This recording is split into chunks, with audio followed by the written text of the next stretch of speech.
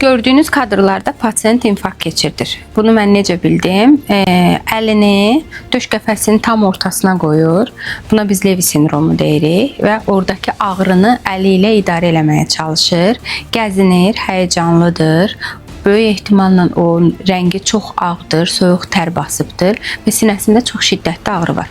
Bu ağrı daha çox davam etsə, yəni 20 dəqiqədən, 30 dəqiqədən daha çox davam etsə, pasient ağrı şokuna düşə bilər. Yəni o dərəcədə şiddətli ağrı var ki, bu ağrıdan hətta ağlayan kişilər də görmüşük və bu ağrının ən pik mərhələsində artıq dözülməz şəklə çatanda boğaza, dişlərə və yaxud da ki, bütün sinəyə və qolların yarısına qədər yayıla bilir və bu xəstəyə nə qədər tez yardım olunsa, o qədər o ürək əzələsinin itirilməsindən məhrum olacaqdır. Tez yardım isə anında ona kömək etmək, ən yaxın tibb məntəqəsinə çatdırmaq, orada ağrını ilk növbədə tamamilə aradan götürmək müəyyən analgetiklərlə, ürək döyüntünü azaltmaq və ya ürək döyüntü aşağıdırsa onu qaldırmaq, təzyiqi aşağıdırsa təzyiqi yüksəltmək, yəni xəstəni kardiogen şokdan xilas etmək və ən yaxın angioqrafiya mərkəzinə çatdırmaq lazımdır. Çünki angioqrafiya mərkəzinə infarktın ilkin başlayan saatlarında çatdırılan xəstə